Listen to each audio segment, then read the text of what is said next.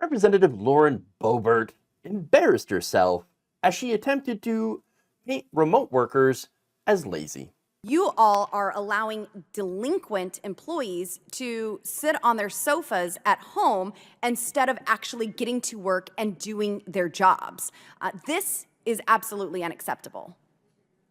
So our employees are working whether they are in the office or at home, and they are Are you monitoring the work that they are doing from home on a regular basis? Yes, we are. Every employee, do you have the numbers of the hours that are submitted? Are you counting how many times they're logging into their computers and responding to casework? So our employees are subject to the same performance management processes and oversight they are whether they're teleworking or working in an office. And we have systems in place that our managers use to schedule, assign, and track workloads. And that includes individual employee workloads in many cases. So real-time understanding of what actions are being processed at any particular given time. Additionally, our employees are required to be accessible to their supervisors, clients, colleagues, and external parties during work hours via a variety of means, including instant messaging, video platforms, and telephone. They are connected to the workplace, whether they are in the office or at the home. So that was Orrin Hank McNally, who's an executive counselor for the SSA, brilliantly pushing back on Lauren Boebert's nonsense. Look, we all know that Lauren's not very smart. She has no idea what she's talking about. So, look, I've got an anecdotal story here. So my uncle actually works, he was in the military, went to Afghanistan, paratrooper, and now works at the SSA, where he does telework a couple days out of the week. So I talked to him about it. He says that there are IT personnel that will monitor your workload, your workers, alongside with AI programs that monitor things like your keystrokes, internet traffic, and even if a worker's keyboard or mouse sits idle for more than 3.5 minutes. If that happens, there's literally an alarm that goes off at the supervisor's office who will then try to figure out, hey, why are you not working? So they're not kidding. He's not kidding when he says, we have ways to ensure that people are working.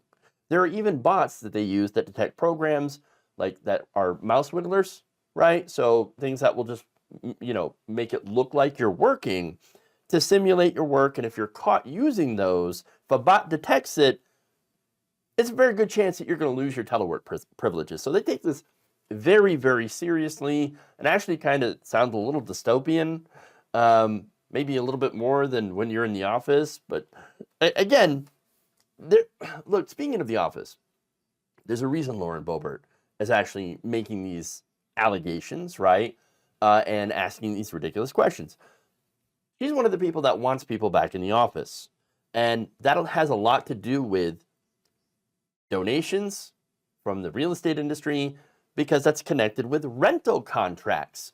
So again, a lot of these developers, they want government rental contracts for offices. And if people are working from home, well, and they're not occupying the offices, then it's like, well, then maybe we're going to find smaller offices, and we're not going to pay as much for rent, or we're not going to rent at all. So yeah, contractors are going to lose out. The same contractors that happen to lobby a lot of our politicians. And so that's what Lauren Boebert's plan really is, to listen to the donors who say, get the federal workers back into the offices so that we can keep making money. Money, it's all about the money. But now she's not done yet. She's going to continue and get schooled even harder. Then why is the backlogs for Social Security applicants increased from 41,000 to 107,000? Because we've been historically underfunded for a number of years now. I don't think you're underfunded. You're funded at the Nancy Pelosi levels. At the Democrat levels, we just continued that same funding.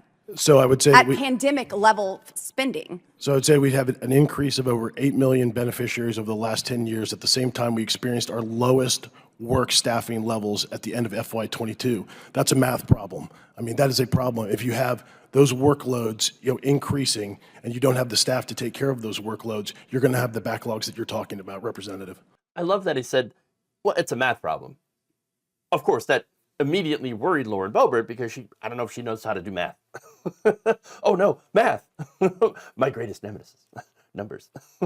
Okay, look, he brings up a really good point. Staffing. yes, it shouldn't be a surprise to anybody that there is less staffing doing government jobs. Why? Because Republicans have constantly gutted funding so that these programs cannot be administered correctly. So there's a reason for that as well. And again, it goes back to the donors, right? They want to privatize these programs, they want to privatize Social Security. And so what way do you get it to happen? Again, Social Security and Medicare, they're the incredibly popular programs. They work, people love them, right? So part of Republicans' plan is to make it so that people don't like these programs, so they'll be more open to letting these, politicians privatize these programs so that corporations can come in and make money off them. So that's really the ultimate goal of Republicans, is to privatize these programs, and they do so by chipping away at the funding. Chip, chip, chip, chip, chip, chip. We're going to get some of that funding, we're going to reduce it, we're going to make it less responsive to people who need these cases, who are trying to petition, for Social Security benefits, for their retirement or disability funds, what have you. And so we've seen that. And she points out, oh, well, we're funding it at Nancy Pelosi levels. But you don't think there are Democrats out there that have also tried to, privatize Social Security, that have talked about it? I mean, come on. What was the Simpson-Bowles Commission all about? It was about when the Obama administration tried to reduce benefits, give cuts to Social Security benefits. Now, what happened is that Republicans, they didn't like that, they didn't cut it enough. And so they didn't agree with it. This was all the way back in 2014. And so, yes, you have had even Democrats on the record going after and trying to cut benefits on Social Security. And usually they try to do that by raising the retirement age. But again, when it comes to staffing, when it comes to funding of staffing, that's another thing that tends to get overlooked, but is a very important part because it makes services worse. It makes things slower, okay? And it makes employees, by the way, have to work harder in order to keep up. So look, getting back to my anecdotal story, right? My uncle's office actually lost about 9 employees over the pandemic and has since only hired 6 replacements. So they're actually running with less people, even though there are more cases, bigger backlogs, and they're doing their job with less people.